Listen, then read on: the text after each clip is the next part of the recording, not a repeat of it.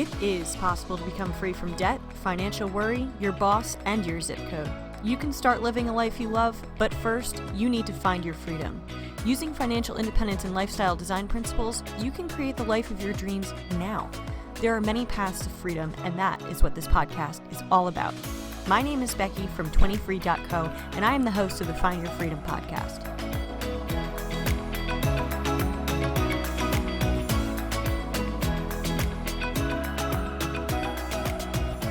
Every other episode, I interview women who have gone on a personal quest for freedom. Today, I'm interviewing Sunitha Rao, a former Olympic athlete turned real estate investor and the founder of Griffix Property Group. Her story is one of a pro athlete with a 6th grade education who went from broke and uneducated to a real estate investor on the path to financial freedom. Sunny now has a degree in finance and an MBA and works full-time in corporate finance. She's been investing in real estate for a year and a half and already owns 4 properties. In this interview, I am so excited to talk to Sunny about her financial journey, education, real estate investing, and money mindset. Before the interview starts, I want to provide a trigger warning that in this episode, there is discussion of domestic violence and abuse. This discussion takes place between the timestamps of 3 minutes and 30 seconds and 6 minutes of this podcast interview. Now here is the interview with Sunitha Rao. Welcome to Find Your Freedom, Sunny. Thank you. Thanks for having me. Thanks for being here. So let's start with talking about your background. Can you tell me a little bit about how your personal experiences have shaped your personality and perspectives on money and life? That'll be quite the long answer. So I firmly believe that a lot of our early experiences shape how we view money and how we treat money as we get older, and that is no exception when it comes to me. So my parents were immigrants. They came over from small villages in India. My mother was a high school dropout. My father had an MBA, but had certain personality traits that made it hard for him to hold down a job. So my mother worked at like a book factory.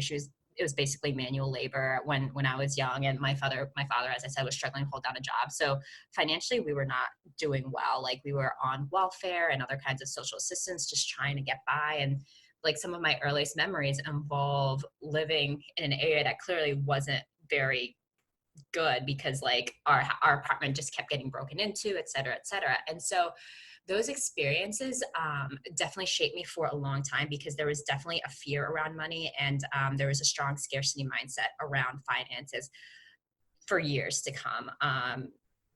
A couple of years later, like, my parents started their own business, and they were able to get themselves out of that cycle and be able to provide for their family. And it really, I would say we were middle class at that time. Like, we weren't living in these areas where we were constantly being robbed and all that stuff. But the attitude around money never changed. There's always a strong focus on saving just in case the what if happened, because the what if had happened many times. And also still just focusing on the fact that money was a scarce resource. So that was kind of like one aspect of how my money perspectives were shaped. The other had to do with the relationship dynamics in the house that I grew up in. So I grew up in a violent and abusive household, and the whole kind of, dynamic between domestic violence has to do with power and control. And so one of the ways in which the abusers are able to exercise that control over their victims or their survivors is through they control different aspects of their life. One could be social, in terms of isolating their victims. Another is financial. And so that was a very strong theme in my household. So my father was the abuser, and he used finances in a very calculated manner to keep my mother, and consequently my brother and I, in the house and in this dynamic where he could continue to control and abuse us. And so as a result, somewhere along the way, I knew that I had to be financially independent and be able to support myself. There were just too many times where the conversations that I would overhear would be like, okay, if you want to leave, where are you going to go? How are you going to support the kids? What are you going to do? And there's no way out. And I would need to caveat that by saying, just because a person has financial independence, if they are in a violent relationship, that doesn't mean that it's necessarily easy to leave, but not having that makes it that much harder to break out of that cycle. Being a part of that cycle, viewing like how hard money was to come by, how important savings like contributed to a person's lifestyle. Those are like the big pillars that really formed my thinking and my paradigm around money for years to come and even to date now. Yeah, thank you for sharing your story with that. So it sounds like the root of your need for, financial independence was your background and your experience with financial abuse. Did you consciously have a moment where you decided that you needed to become financially independent so that you would be able to leave a situation that might not be healthy? Yeah, I definitely did, but it wasn't until quite literally a couple of decades later when I was working my first full-time job. So I had a different sort of background where I was a professional athlete for many years and my income was highly variable. And I dealt with that because I was able to pursue my dreams. But once I decided to retire and it was time for a different life, I really wanted that stable paycheck, and so I went back to college, got a degree, and we can circle back on all of that later. But once I got into that full-time job, after time, I started to see that there was a price to pay for being able to count on that comfort of a stable paycheck every single day. And that price came in terms of options. And it was like I was again in a situation where my life and my future were being controlled by my need for a certain level of financial comfort or economic stability. And that was when I kind of realized, okay, I can't do this. Like the visceral reaction was very strong. It was a very different situation. I was safe. I was in a good job. I didn't have the same situation that my mother did. However, the parallels were strong enough to where I was like, this job is fine. It's good. I'll keep doing this, but I need to be able to take care of myself in another way so that I can live the life and make the choices that I need to make. Right. You didn't want to have to be beholden to that job for a numbered amount of years. Yes, just exactly. Because of what people call the golden handcuffs, which is a very different type of bondage to an income source, not necessarily to a person, but to an employer where, especially for people who've experienced being laid off or being fired, can be completely disastrous for their life. Yes. They were so reliant on a single source of income that's typically coming from an employer. So it sounds like you had that realization that it was a situation where you were relying on, again, another party. And on one single source. That was like the big thing. Like everything is dependent upon that one entity. So that was the real wake-up call. And I'd love to get into how you diversified your income, but let's step back a second and talk about your career in professional athletics. Can you tell me about that? What sport did you play?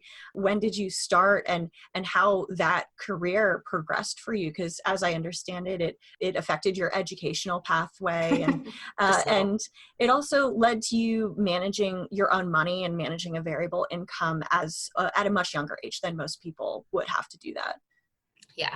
So I turned pro when I was 14 years old. I played tennis professionally, and that is the earliest age that you can turn pro.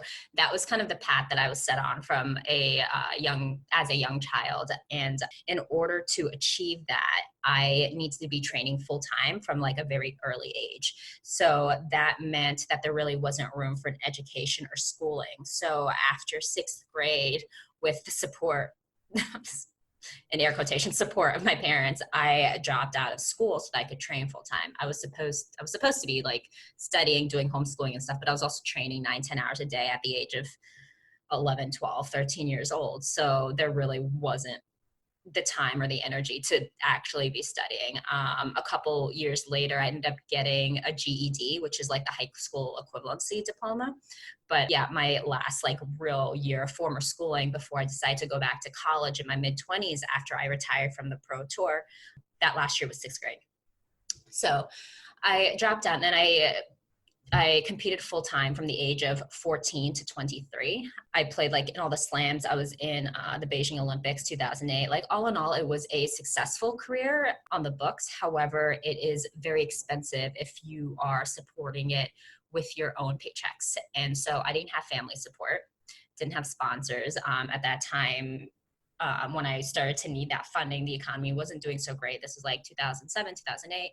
And so supporting an athlete wasn't exactly on the priority list for many companies or individuals with high discretionary income, right? So I struggled, honestly. It's like being on vacation every week. So you're having flights all over the world from one large destination to the next, paying for those flights, paying for the hotels, paying for the foods. And back then, like travel hacking wasn't really a thing, you know? Yeah. So you were paying for it. And maybe occasionally you get some points for an upgrade, but it wasn't really prevalent. So that was very, very stressful for me, especially given that I had a highly variable income. Some weeks you can make 10, 20,000. Some weeks you're making like $150, you know? And so given my scarcity mindset when it comes to money, due to my background and the life that I was now living, it was very challenging for me to kind of stay in a good mindset and to be comfortable with what was going on. And that was why when I retired, I was like, come hell or high water, I'm getting a job with a stable paycheck. Right. So you had a variable income for that period between 14 and 23. What was the source of your income? Was that winnings or competition kind of Primarily fees? paychecks. Yeah, primarily Okay. paychecks from tournaments. I mean, I had a little bit coming in from like sponsors and some endorsement deals here and there, but that didn't come in until I was older, and the dollars weren't huge. So it was Mhm. primarily how much money I could make by winning my match that day. So it Right. was a very high pressure situation. I was going to ask that. It sounds like having your livelihood directly tied to your performance could be extremely stressful and Yeah. probably create some really negative feelings around money. Yeah. If you feel like your livelihood is threatened by, you know, your ability or your need to perform, you're not able to win and make the money, then it could challenge your ability to live and to continue your career the way that you were. Oh, totally. Yeah. That definitely further enhanced my scarcity mindset, because there are definitely times where like I didn't know how I was going to get home, how I was going to buy my next meal. Like all of those things were very real problems that I had. And I was attempting to rectify that the only way I knew how, which is through my sport. Right. And so you had a variable income that varied significantly. Did you learn how to save? Did you teach yourself how to save, or did you use any resources to figure out how to manage when you're having a huge influx versus very little money coming in I over the had period no of several idea what I years? was doing. I had no idea. Like, I didn't actually, I mean, I tried to save, but I didn't really know what I was doing. I didn't understand the value of money. I knew how much it would take me to get from one tournament to the next. So I just tried to like guesstimate it out over the course of several months and be like, okay, if I can make this last for X amount of time, then I should be able to get to this event and then be able to replenish that supply. So it was very like kind of a lot of guessing and not a lot of research or knowledge. You had a sixth grade education. A few years later, you pursued a GED to get a high school diploma equivalent. And then you went to college at some point. Where in your timeline did college fall in? And then what kind of degree did you pursue? Yeah, so I started going to college in my early 20s. I retired at 23, and then about 6 to 8 months after that, I think I was enrolled in the community college in my hometown, because that's the only place I could go that would accept my educational background. And I still had to take a ton of remedial classes like algebra and all this other stuff just to get me up to speed to a normal college student. And so I did that. That was actually, in hindsight, a really good financial decision and one that I would recommend. It was a situation of necessity for me. I don't know that I would have made that decision had I had other options, but I'm thankful that I didn't, because I had friends who told me about the FAFSA, et cetera, and applying for that and not really having much money. I was working like 3 jobs just to try to like get myself to a place where I had a little bit of savings and I wasn't like so stretched all the time. But between the FAFSA and like my job, I was able to afford 2 years, a year and a half of community college, including all the remedial classes, and I didn't take on any debt. So and my bachelor's says that I graduated from a better institution with a better brand name, there's no one who knows that my first year of nonsense English credits like actually came from an institution that nobody's ever heard of. So you transferred to a university that I you did. ended up getting your diploma through. Yeah. And you got a bachelor's degree. What was your major? Business and finance. So Okay. I concentrated in finance because I needed to learn about money and just felt like that was the path I needed to go on. And I actually applied to a bunch of different programs. Some were pipe dreams, some were less so. But a lot of the schools that I applied to, I applied to them because I learned that they had large endowment programs, which would increase my chances of getting merit or financial aid. So the school that I ended up going to, at that time, I think they charged about $50,000 a year for tuition. But through the endowments, through networking, I somehow managed to land a meeting with the dean of admissions and like told him my situation.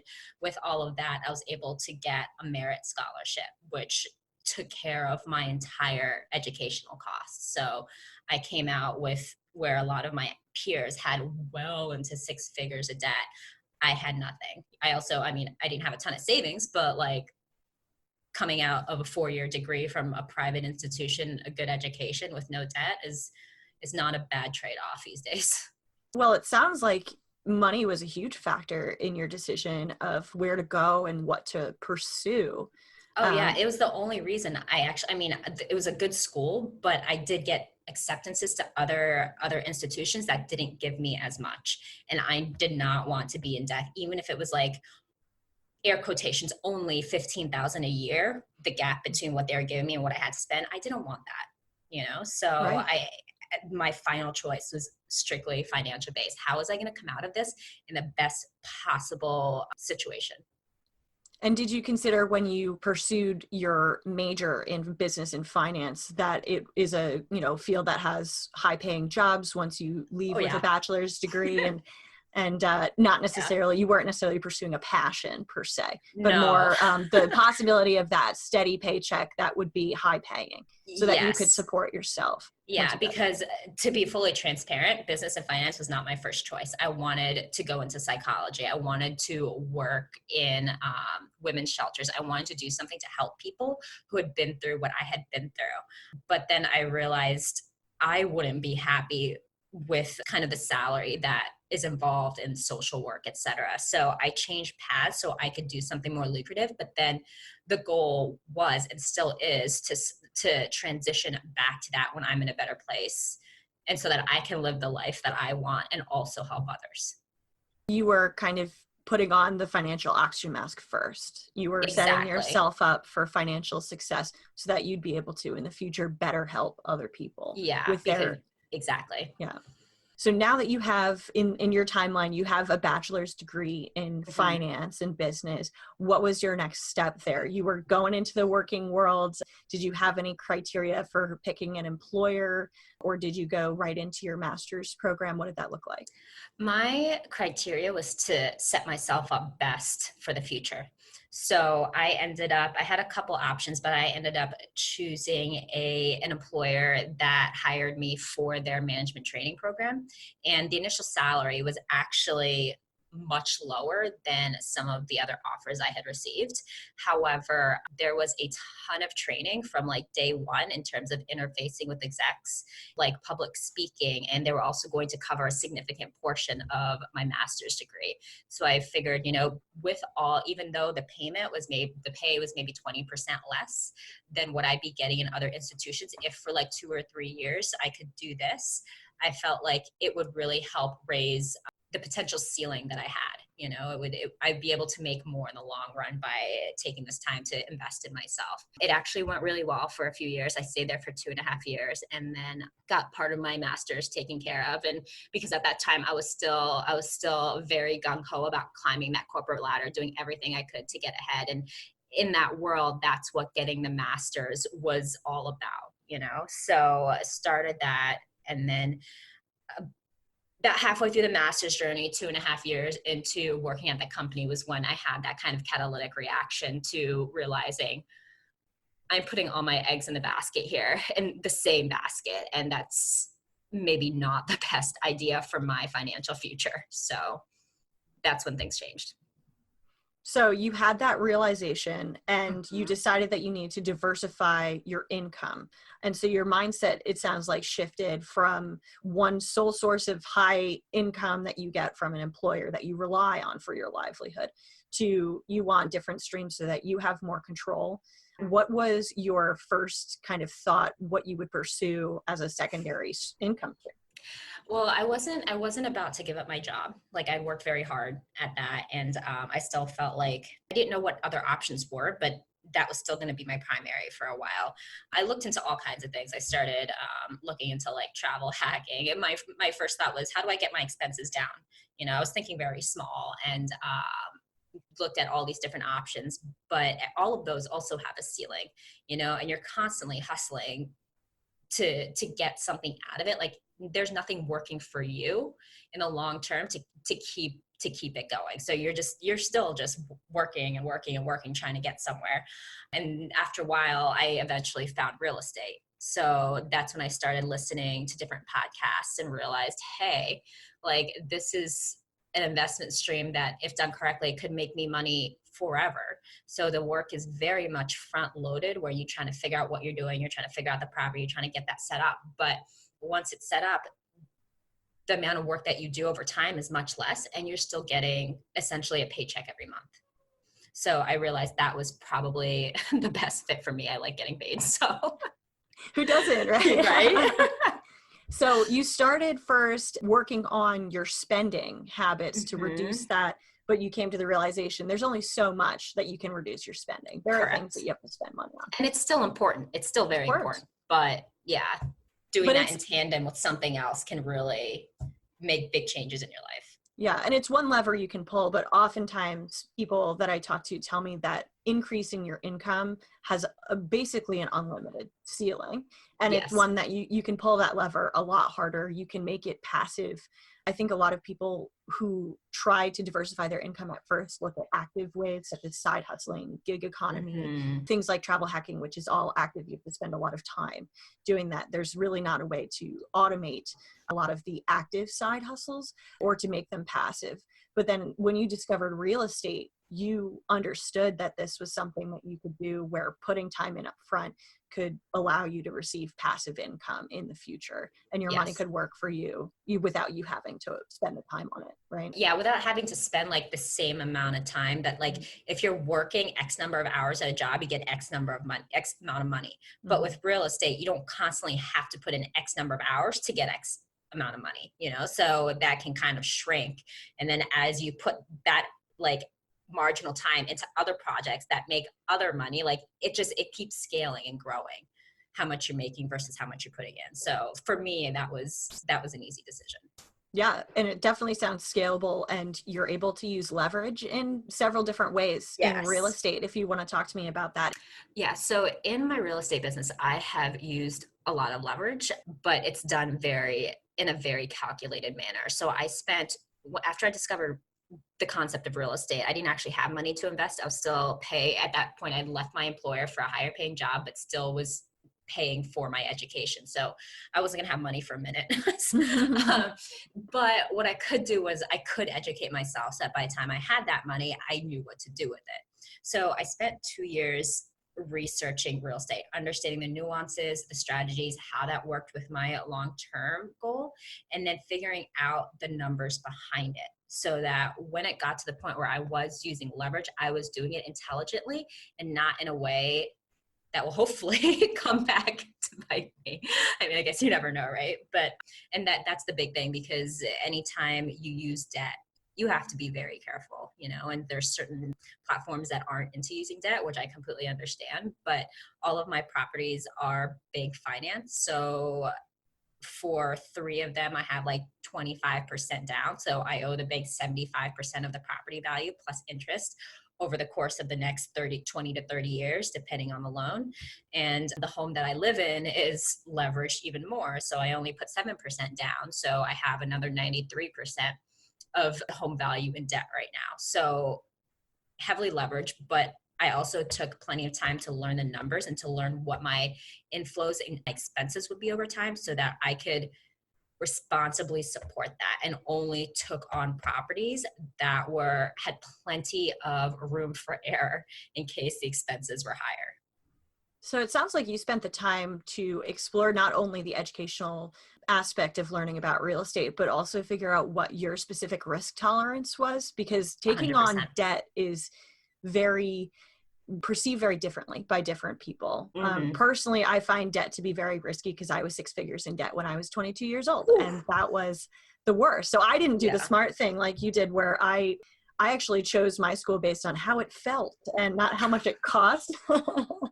And I'm very grateful for my college education, and I've been able to pay off a lot of my debt. But for me, debt is now a risk that I'm not willing to take as much because I've based that on my experiences. And it sounds like that has become a scary thing for you. For me, debt wasn't as scary because I didn't have those experiences. So maybe that also kind of shaped our respective paths. Absolutely. And I think that it definitely comes back to what your perceptions of freedom are, right? Yeah. For me, I'd like to be able to drop everything, not have a mortgage or student loans that I have to pay, and take some time to travel and things like that. Whereas debt, I feels like too much of a risk because I feel like I would be limiting my freedom. However, for you, and you can correct me if I'm wrong, having debt allows you to leverage your money where you can ensure your financial freedom in the future. Yeah, that is 100% it. If I didn't use debt, I wouldn't be able to get into these properties. Like, I mean, the first property I purchased was $95,000. I did not have $95,000 then. I don't have $95,000 now. Like, So for me, that was the only way that I would get from where I am now to where I am today, but just doing it in an educated and responsible manner so that I can ensure my financial future. I too want to drop everything and travel. Can you tell me how long you've been in real estate investing and how old were you when you first bought that first property? Okay. I have to think about that actually for a second. Okay. So I bought the first property and this isn't hard math. This was last year. So I bought my first property at 32. So that was 4 years out of undergrad because I graduated at like 28. So I bought a duplex essentially a duplex that first year. And then later that year, 6 months later, I closed on 3 more doors, another duplex and a single family. And then this year I purchased a house that I'm house hacking. So at this point in my journey, I have four homes, but 6 different housing units within the homes. And so I've actually taken steps to make it less passive. So I had five of those rental units, the 5 that I do not live in, those used to be all long-term rentals, but one of the units is actually very well suited for an Airbnb. So I actually just recently converted it. I finished the conversion about 6 months ago into a short-term rental so that I don't know if it's going to be forever, but I wanted to make more money so that I can get to financial independence earlier. So everything that I'm making there is going to be reinvested. But other properties are pretty easy now. I have a good relationship with a solid property manager. I like contractors. So like now it's pretty easy for me to like deal with things as they come up. It's not a big deal. Whereas at first everything's a learning curve and there's nothing passive about it, but that front load learning really, really helps you over the long run.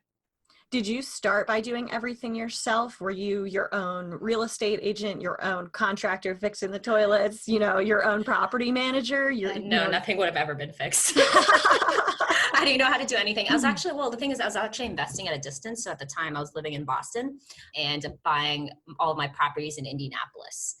I couldn't do any of the work on my own. It was heavily reliant on building relationships and finding good people I could trust and who were aligned with my goals. So yeah, I relied on my agent to find deals. The first one I found on the listing service. So that was basically available to everyone in the public. Anyone who looked at it could put an offer. The homes since then have all been off market. So essentially I was the only person who knew about it and who was trying to buy it, which is a huge advantage. My agent brought those to me. I have a property manager who takes care of all of like the tenant issues and like puts together, like it collects the rents and sends it to me. She just basically handles like the operations of it, because I still have a full-time job, you know, and a part of being able to hit those goals, like this is not, no path to financial freedom happens overnight. And so you need to be able to set up a process that you can stick to day in, day out. And I can't do it if I am doing everything myself. That's a second job, and there's no time or energy for that. So you have to really be like intelligent about how you outsource and what you outsource. When I moved to Indianapolis about 6 months ago, and when I did that, when I bought the house that I lived in, I hired a contractor to do things like install the baseboards and the trim and like do other things that I couldn't do. But like the cosmetics, the painting, and like those kinds of updates, that's when I took that on myself, because I was like, this is just a one-time thing. I should at least learn about it if I'm hiring other people, and it'll save me a couple grand, and I'm living in the house. So that's when it made sense. But it didn't make sense for me to go out there and like paint the place when I had no idea what I was doing. That would have been a disaster. So you were actually investing from afar when you first started. So your first purchase wasn't a house hack. You actually, it seems like your most recent purchase was the house hack, where house hacking, if you want to explain that really quickly. Yeah, so house hacking is essentially where you will buy a property, and that property can take on different specifications, whether it's a single family, a 2-family, a 3-family, a 4-family, but you bring in other people, they will pay you rent, and that rent offsets your mortgage and the expenses related to house. And this is really, really huge for people who want to hit financial independence. I was just actually, before we started speaking, I was reading a report by the Bureau of Labor Statistics. Fun. I do the same thing. Yeah. And they had broken out by income percentile how much Americans generally spend on housing. And regardless of whether you're in the bottom 20% or the top 20%, people are spending between 30 to 40% of their income on housing. That is a huge amount, and that is the single largest expenditure in the budget line of Americans. And so if you can find a way to make that work for you, that will allow you to move from where you are to financial freedom that much more quickly. And the other part of house hacking is that you're living in one of those units, correct? So yes. That's how it's saving you money on your housing. So, and that's a really great way where you're leveraging your real estate investments, not only to make you money, income from other people who are paying rent to you, but also to reduce your expenses. You're pulling both of those levers, your savings and your earnings levers at the same time. And that can be really powerful to accelerate, like you said, get a faster path to financial independence by utilizing both of those, instead of just saying I want to earn more or I want to save more. I find sometimes people are very one-sided on those, and you've kind of you got to pull both. If you want to get there quickly, pull everything you can. It doesn't matter how much or how little it is, just do it all. And is your eventual goal for financial independence to have cash flow from your real estate holdings that cover your expenses, your monthly expenses? Okay. Yes, and then some. So given that I am in my 30s, I think at some point I want to be able to make enough passive income to be able to support a family, to be able to travel, to be able to live the life that I want to live, above and beyond what I would be making at my corporate job. I would love to transition into social work. That's actually the eventual goal. Hopefully not too far in the future, but yeah, I want to do things that bring me fulfillment and gratification, and also help the world. So that's the eventual goal.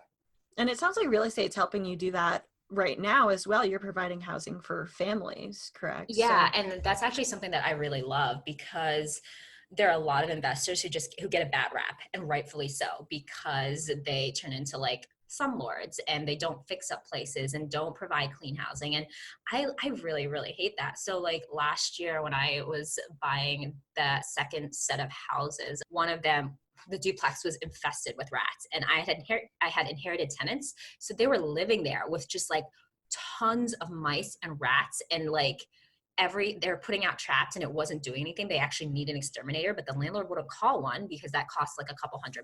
But it was disgusting, like literally like mice droppings everywhere. And so when I came over, the first thing I did was I called an exterminator, and I was like, you need to fix this. Like, do what you got to do to get these mice out of there, because this is not sanitary. This is not something I want to be involved in. This is not okay. These are humans we are talking about. And that is the first thing you need to remember as an investor. You're dealing with other people's lives.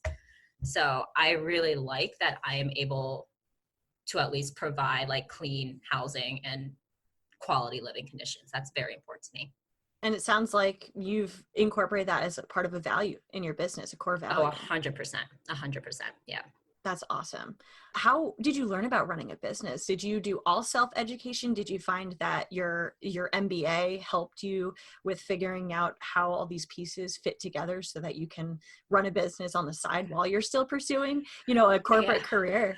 Yeah, so it was both my undergrad and my grad school degree. So in undergrad, business finance concentration, but the school that I went to was very focused on entrepreneurship. They've been at the top of like the entrepreneurship rankings for like years, maybe decades at this point. I don't really know, but like they had a really strong focus on on innovation, like bettering things, and entrepreneurship could be building a new business, but it could also just be taking ownership of whatever you're doing to be able to optimize it, And so having that and then the MBA degree, both of those really gave me kind of the foundation that I needed in order to understand and build a business. Do you want to talk a little bit about how your financial independence journey has progressed? Do you have a specific goal date where you want to be covering your expenses with your passive income, or an age, for example? And how close or far away do you think that you are right now? So my goal is to hit my number by end of 2026. Given that real estate isn't linear, I'm hoping that maybe it can be a little bit earlier. I haven't looked at how far away I am. I have like a guess, but everything that I make is being reinvested, and then whatever I make for my job is also being reinvested. So I haven't sat down and looked at it this year. I probably will by the end of the year when I'm trying to get a snapshot of my performance. But I think I'm about 5 years away. So you said real estate isn't linear. So you mean it's exponential. The more money that you make, the more you can reinvest and the more you can leverage, correct? Yeah, correct. So if you'd like me to explain that. So the first year I was heavily reliant only on my W-2 income. So let's say I saved $30,000, which is a lot. Yeah, if I saved $30,000, then I had $30,000 to invest. So once I invested that $30,000, let's say I invested in a property and then the profit from that was $10,000 in year one, and I saved another $30,000 the following year, then I had $40,000 to invest, and I could do it again and again. And so as you go on, the more you have to invest grows, so the more you're making grows over time. So it's not just like the 30 and you just consistently only make a little bit more each year. Right. Yeah, you're going up on a curve instead of on a straight path. Yes. Mm-hmm. Yeah. I want to talk about your money mindset. Do you want to cover how that might have changed? It sounds like you were raised in a scarcity mindset. Yeah. And it took a lot of work to develop your financial self-dependence, and it sounds like you were financially self-dependent since you were 14. Is that correct? Well, I was still living in my parents' house until I was about 18. So I wouldn't say I was financially independent then, but I did become financially independent at about 18. And that's when I was definitely making all the shots, calling all the shots in my career. And yeah, I definitely did have a scarcity mindset. I still do. However, I've had to overcome some of that. And it's still a daily struggle at times because I like to have cash in my bank account. But the only way to succeed in real estate is to not have cash in your bank account to an extent, cash in your bank account is dead. It's not earning money. It's not doing anything. It's actually losing value over time. So if you're not putting your money to work, you're getting more poor as time goes on. Through inflation, right? Your money loses value when it sits in a savings account that doesn't make any interest and isn't being leveraged to get you further income. Exactly. So I kind of had to get over that, and buying that first house, sending that wire transfer for X thousands of dollars wasn't easy because that goes directly against that scarcity mindset. The what ifs kick in. What if something happens? I need this money, et cetera, et cetera. But at the end of the day, the big focus is on, okay, where are you? Where do you want to go? What do you have to do to get there? And sitting there with my money under my mattress was not going to get me to where I needed to be, and dealing with that fear and dealing with the fear on a daily basis is 100% worth it if I can live the life that I want to live. I can make my own choices, so that's kind of how that progressed. Yeah, and I've heard it said that there's 3 steps to achieving any goal, and the first is knowing what you want, the second is understanding the price that must be paid, and the third is Yes. resolving to pay that price. I love that. That is so true. Yes, I would agree wholeheartedly. And it can be really painful to go between the knowing what has to be done or knowing what the price is and resolving to pay that price. So it's a huge Yes. mindset around money is a really huge development that a lot of us have to do, as individuals, and progressing from the things that we were taught when we were younger and from the things that we learned when we were in college, and then developing into our financial adult selves, as it were, can be a really huge progression that Yeah. involves a lot of making sure that you're setting goals that you're willing to pay the price to achieve. Yeah, and making sure the biggest thing that I hear around money and making changes is like the same that I hear are fear based. Like I would do it, but then I have to pay the mortgage. So what you're saying is like, I'm afraid I can't pay my mortgage. I would do it, but then I have to support my kids. So what you're saying is, I'm afraid I can't support my kids. Like, how do we get over that fear? I think that is the stumbling block and the big obstacle to overcome. I heard a quote recently that like I really love. It says, "Fear is meant to keep you safe. It is not meant to keep you small." So how do you go from allowing it to keep you safe while still allowing it to help you reach your dreams, but not staying small. If that Right. makes sense. I don't know if that grammatically made any sense, but No, that makes a lot of sense. It sounds to me like you've managed your fear through education and calculated risk taking. You were able to upgrade your mindset around money from feeling very scarce and letting that fear hold you in a small place to Mhm. perceiving the abundance and trusting your resourcefulness and your ability to make more money from the money that you have. And that's really what I would call an abundance mindset, which can be constantly developing. I think Yes. it's very challenging, and it's usually a long process to really feel like all the money in the universe is going to come to you when you need it. That's And it's also funny because you can have simultaneously scarcity and abundance mindsets. Because I still have a scarcity mindset when it comes to my cash. Like I am just so frugal, it's kind of stupid. But when it comes to like real estate, if I need to do something that will help my tenants or maybe make me another $100, like I will spend on it. If there are other investors who want to do the same thing, like I will give them whatever information. I don't think that when it comes to something bigger like real estate or like savings or like that knowledge based area, like an abundance mindset is key because whatever you go after, whatever you think, you can create more. If you go after it thinking, oh, there's only so much here, etc., you're thinking too small. It's not going to quite pan out like it can. I love that. This was a great conversation about mindset. It's huge. It's huge for a lot of people to be able to push past and be able to make more money and trust in their own abilities and in their own resourcefulness. So I'm glad that we got to talk about that. Same. I wanted to touch on your career a little bit as well. So do you feel that you're still aiming to climb the corporate ladder on that side of things in order to make as much money as possible, or what are your goals there? My goals are constantly changing. I am very ambitious, and doing a good job is something that I need to do. It's not something that is like an option for me.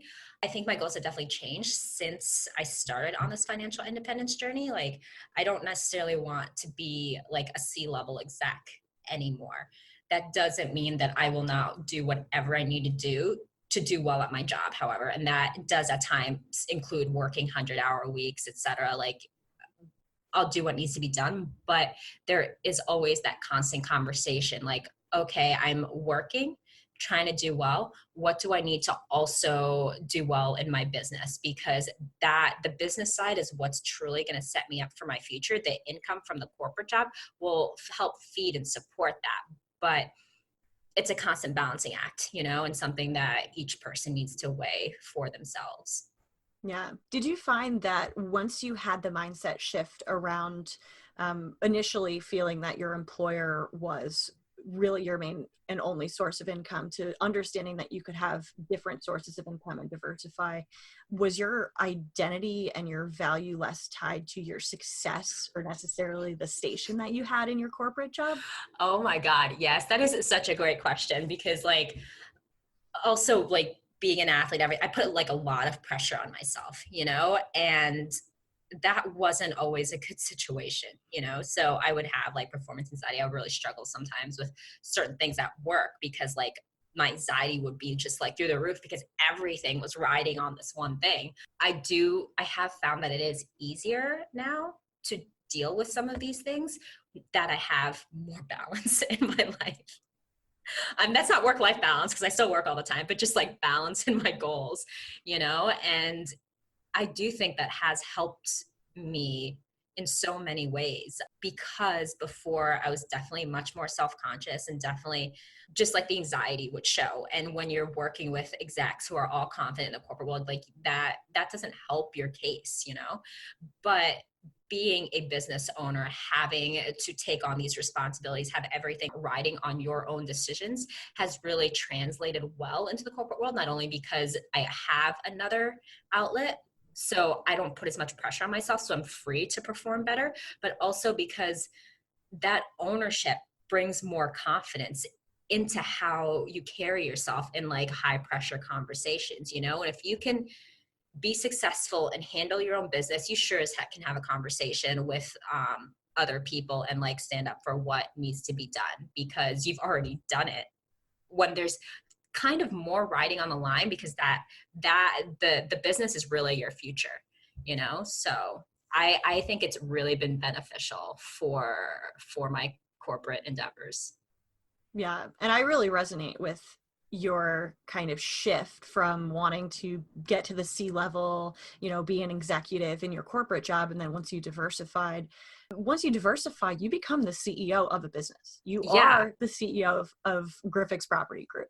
So Yeah. you don't necessarily need to achieve that station in your corporate job because you have already experienced that. You've already performed in that way.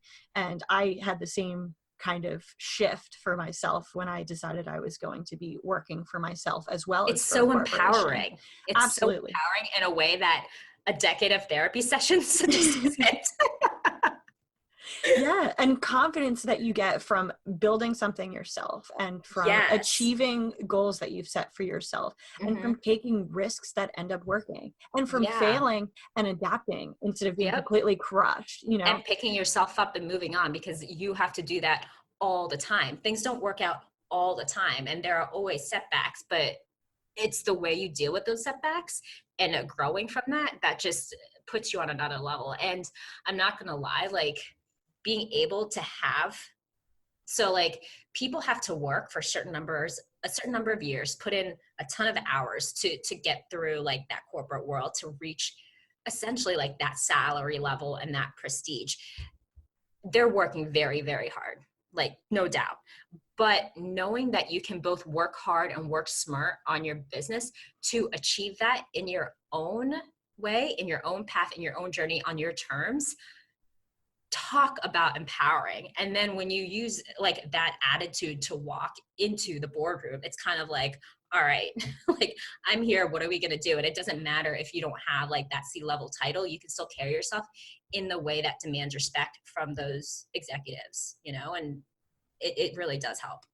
Yeah. And I love what you're saying about it being on your own terms, because I think, especially when I was younger, when I was first starting the corporate world, a lot of my validation and value came from Yes. how good of a worker I was and how quickly I was advancing. If I didn't get a promotion every year, I felt like I wasn't working on the highest level that I could, and that I was Yep. letting other people down, but I was also stunting my own career.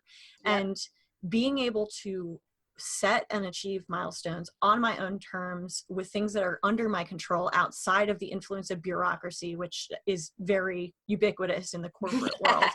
has been huge for separating my personal identity. And I still struggle with this, but separating Yeah. my personal identity as a producer or a worker that has value, not intrinsically, but because of what I produce. And that shift from believing that about myself and getting all of my validation from recognition from my boss or getting employee of the year or getting the promotion or the raise, And instead believing, well, A, I know that I can do this for myself on the side in my own business.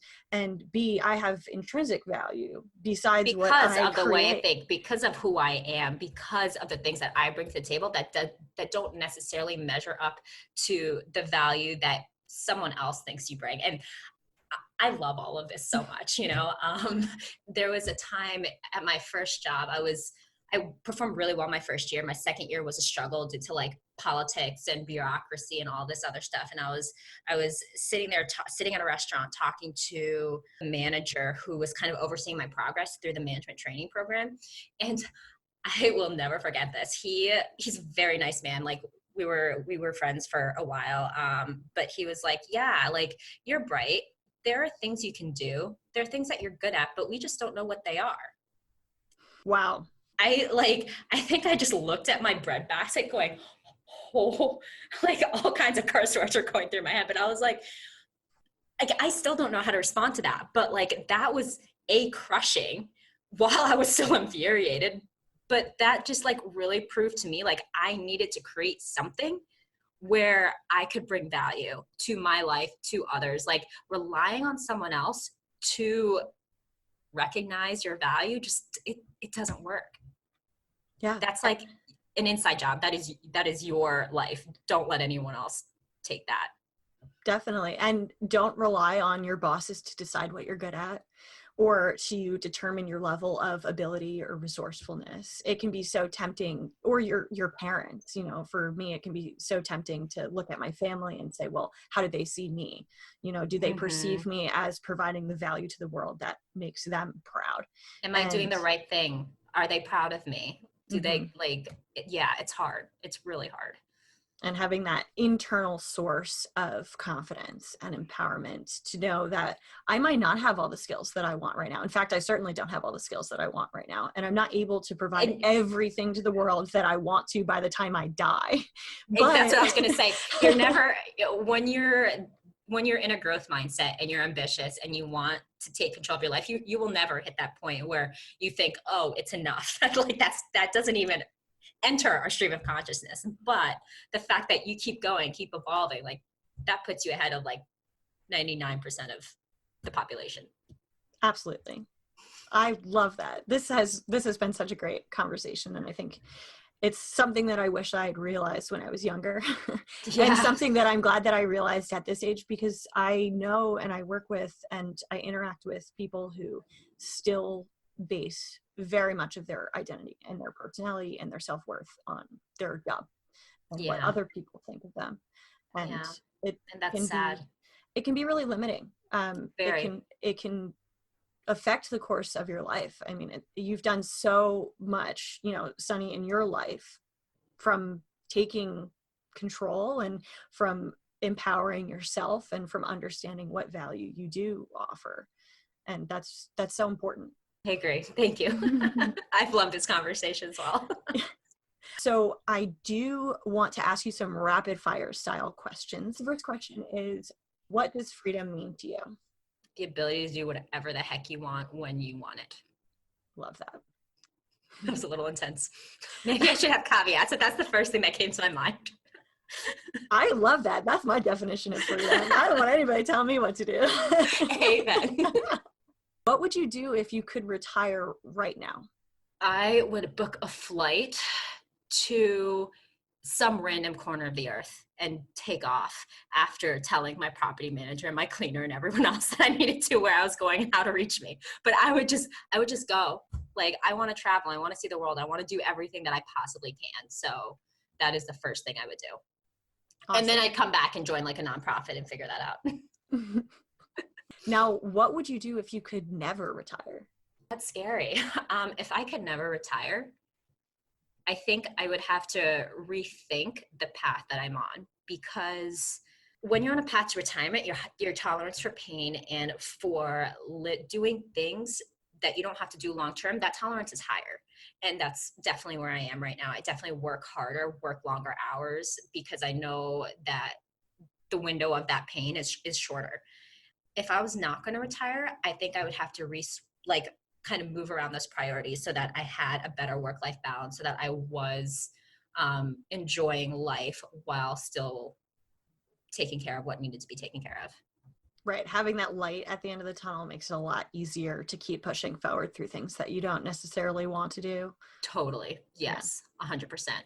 So if you couldn't retire, would you consider going into something that looked more like the psychology work Probably. and the nonprofit space that you feel passionate about? Probably. I would need to figure out what that looked like so that I could still live the life that I needed. But I would definitely transition to something that brought more value to what I felt like I was delivering to others. Mm-hmm. And more joy to you, I would imagine. Yeah, 100%. Yeah. And last question, if you could go back in time, what one piece of financial or lifestyle advice would you give yourself in your early 20s? Oh my God, start investing. I didn't start investing really until I was in my 30s or late 20s when I got the job because of the 401k and the matching plan. But like, if I just bought one house before I left Florida when I was like in my early 20s, geez, like my life would be very different right now. My investment like portfolio would be different. My trajectory to financial independence would be different. Like I'd be that much closer to living the life that I want to live. So like start as early as humanly possible. This is not new. I'm sure everyone hears it all the time, but like it's huge. I love that. I think it's really important to start early. And a lot of us would go back and tell our younger selves to start earlier than we did, And it's funny because I talk to people who say that, and then they've started investing in their early 20s. They wish they started earlier. It's like, how early is early enough? We started investing when we're 5 years old, and we didn't do it when we were born. So yeah. Well, I mean, whenever I have a family, I'll definitely open up some accounts for my kids when it comes to like investing stuff. There's this one story on Bigger Pockets. Brandon Turner, one of the hosts of the Bigger Pockets real estate podcast, when I think his daughter is like 3 or 4 right now, but when she was born, he talks about, I think he bought like a triplex for her and put it on like a 15-year mortgage, so that by the time she turned 18, it would be paid off and he could transition that to her. So she would have like an investment that cash flowed, that had value, that she could like figure out had some way to start life. So I mean, that's amazing. But like, I think something like that is a definite must have to do whenever I have a family. Yeah. Well, I think that's what's great about we're kind of failing forward and learning how to handle this whole financial independence things for ourselves. But by telling our stories and you sharing your story, you're helping other people learn things that they can do earlier in their life than you were able to. And by teaching your children the, sound financial principles that you wish that you had known when you were younger, you can improve the financial literacy of so many lives.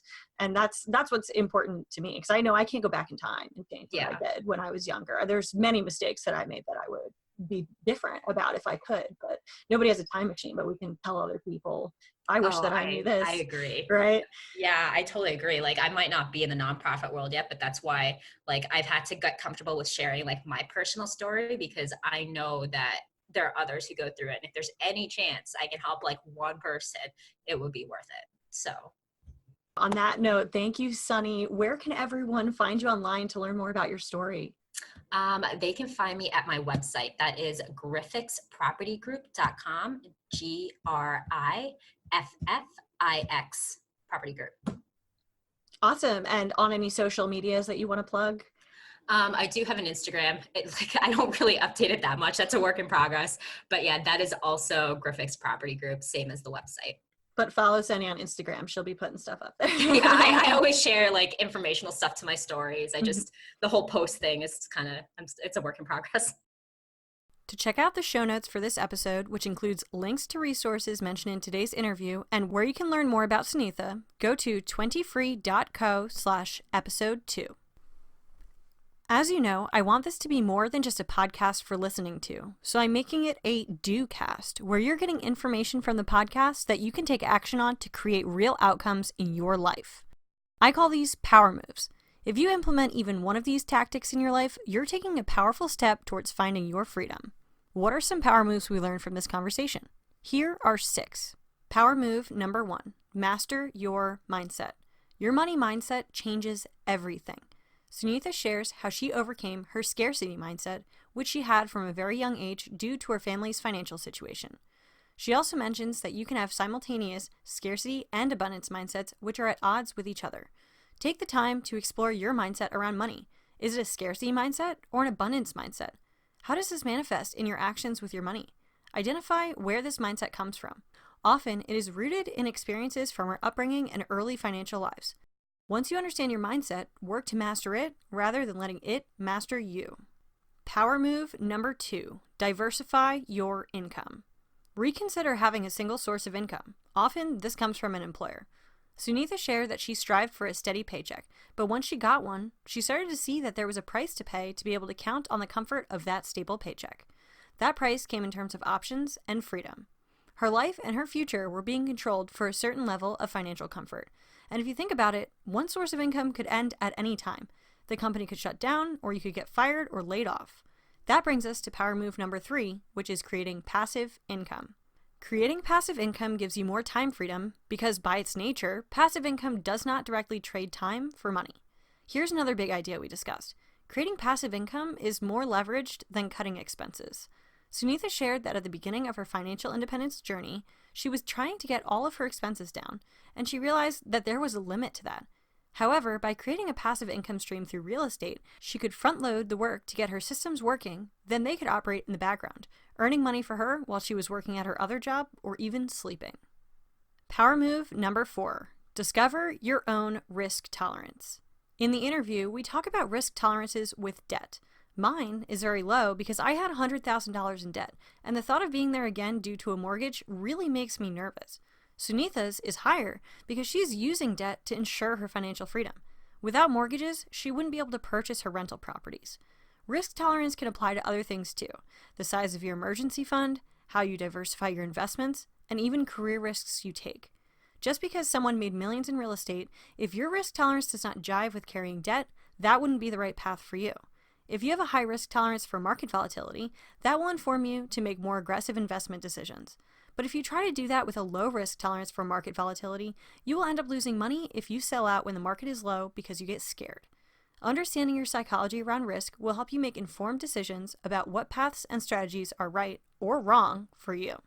Power move number 5. Take Sunitha's advice to avoid common financial mistakes. Sunitha models 2 ways to avoid very common financial mistakes. The first is to avoid college debt and pursue your degree and career field strategically. She got her 2-year associate's degree at a community college, then transferred to a more prestigious university, which is the only name that shows on her diploma. She pursued colleges with large endowments and leveraged scholarships to graduate undergrad debt-free. She also chose her major based on its potential for higher pay. When she was looking at employers, she considered their management training programs, which would increase her pay down the line, and whether or not they would pay for her to get a master's in business. If you're pre-college or considering getting your master's degree, take some of Sunitha's advice. It could save you tens of thousands of dollars. The second strategy Sunitha used is called house hacking. This is where you purchase a multi-unit home, such as a duplex, live in one unit, and rent the others out. Your tenants pay you rent, which covers the mortgage, making your housing costs essentially zero. Considering that housing is the most expensive line item on most people's budgets, this is an incredibly smart way to avoid sinking a lot of money into a home. That is the 5th and final power move from the conversation with former pro athlete and real estate entrepreneur Sunitha Rao. Finally, I'll leave you with this great advice from Sunitha. No path to financial freedom happens overnight. And so you need to be able to set up a process that you can stick to day in, day out. Do you need help figuring out what's next in your path to finding your freedom? Let's work together. As a money coach and lifestyle design expert, I am offering an exclusive small group coaching program this spring.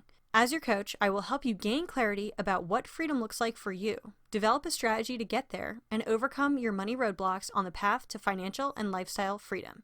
People work with me because they want to start living their ideal life, but they don't have a clear path to get there.